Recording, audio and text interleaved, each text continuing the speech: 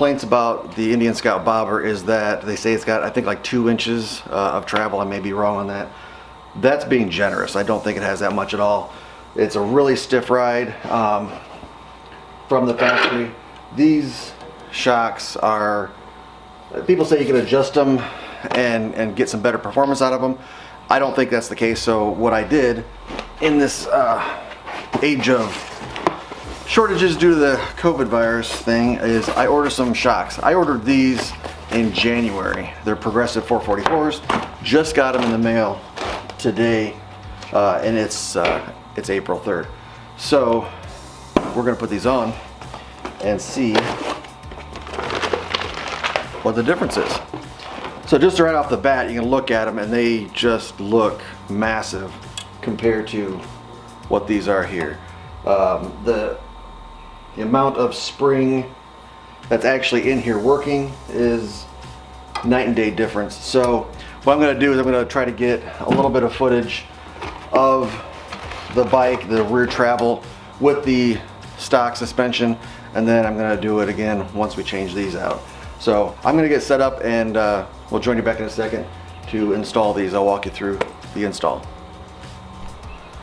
So the first thing I'm going to do is I'm going to locate the shocks and the bolts. You got the upper bolt here, lower bolts right here. This is going to be a 17 millimeter bolt that we're going to take out. And I've already actually loosened this before we're going to get started here.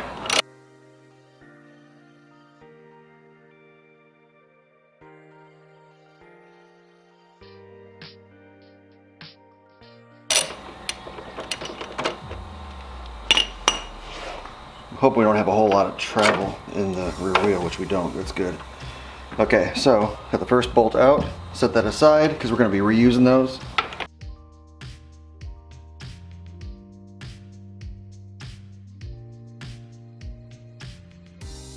Now, these are different sizes, so the longer one is going to be reused up here, and you got a bolt with that, or I'm sorry, a washer with that. So this is the difference in the shocks that we're looking at. This is the new Progressive 444s. These are the stock shocks that come with it. These are also adjustable for preload with this ring here, which is going to be nice. One of the things you want to do is prepare these to be used. Is it comes with these two, look kind of like top hat washers. You want to put those on the top and just slide them in here. So let me do that. So I got one in. 1 hour later. Okay, so one of the things you have to do is you have to put the two pieces that look like metal top hats into the top part of the shock, into the top hole that you're going to mount to. One of them I can get in with no problem. The other one was a little bit of a pain in the butt, so I'm going to give you a little secret of how I did it. I don't know if that's the right way to do it, but it actually worked. So let me get the other shock and I will show you. See, I got this one in on this side. I cannot for the life of me coax this one in on the other side. It's just not going. So one of the things I do want to do in the meantime, you want to take the sleeve, just the one that doesn't have any little top hats on either side. I want to get that into the bottom hole here. So let me do that. And that one actually went in fine. So that one started, as you can see. And it'll push in the rest of the way. All right, so with the bottom sleeve in here, top one, we got one side in, one side's not cooperating. Okay, so the way we're gonna get that in there, I'm gonna take the longer bolt that goes here, take the little top hat insert, put that into the shock like that, and then we don't want to forget our washer that we had there. And I'm just going to start screwing this in.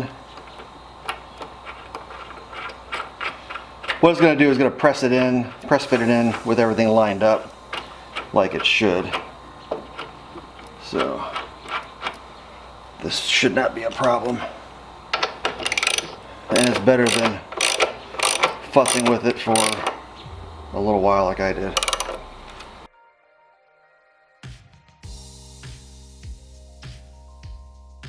Okay. So the other thing to note is, since these shocks are a little bit longer than the other ones, I'm gonna have to unloosen the shock on the other side, drop this wheel down just a little bit. So let me get something to put underneath the wheel.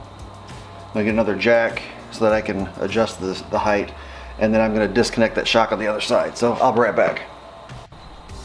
Okay, so I've removed the shock from the other side, and what that allows me to do is, you can see I've got a little play in the swing arm here.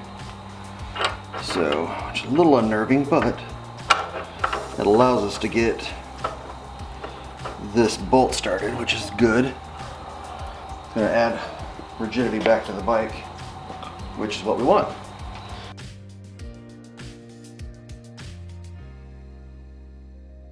Alright, so we got the shock on the one side, and what I'll do is I'll finish the shock the same way on the other side. Now, just one thing you need to note on the other side, unless you have like GP shorties or something like that, some short pipe. I've got longer pipes that are the Vance & Hines slip-ons, the slash cuts. You're gonna have to use probably a box wrench to get the bolt out that's holding the bottom bolt for the shocks on that side. So just keep that in mind. You're gonna have to do it that way, and then I'll figure out how to best torque it down. So let me get that side done and we'll come back. All right, so the bike's back on the ground. The shocks are installed, and now I'm just gonna torque these down to 65 foot-pounds.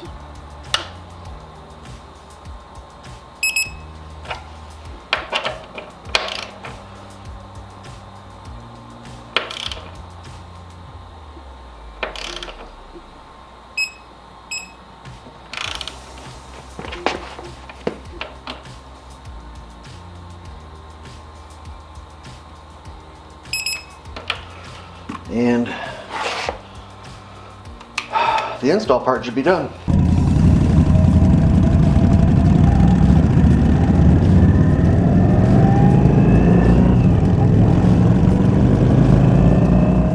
Now, one thing I notice here is, as I'm watching the footage, the progressive seems like the swing arm's moving a lot freer. The bike still feels planted, but you can see it moving quite a bit more, and it's less of a, I guess, jarring movement. That goes directly to how comfortable the ride is right now. Still feels planted, but at the same time, it just takes a lot of that jarring away on your back.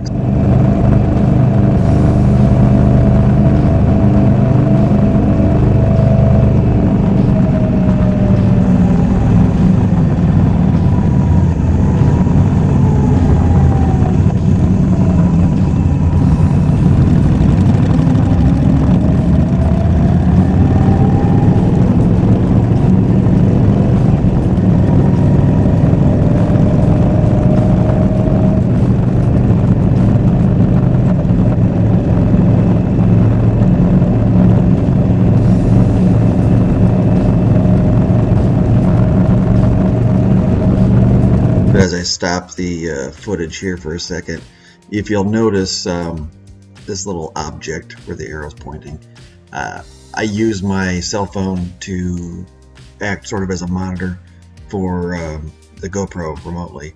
And on this particular occasion, I did not secure it enough to my handlebars, and yeah, flew off. So that's always fun. So there you go. Alright, thanks for watching. Please like and subscribe, and watch for more content.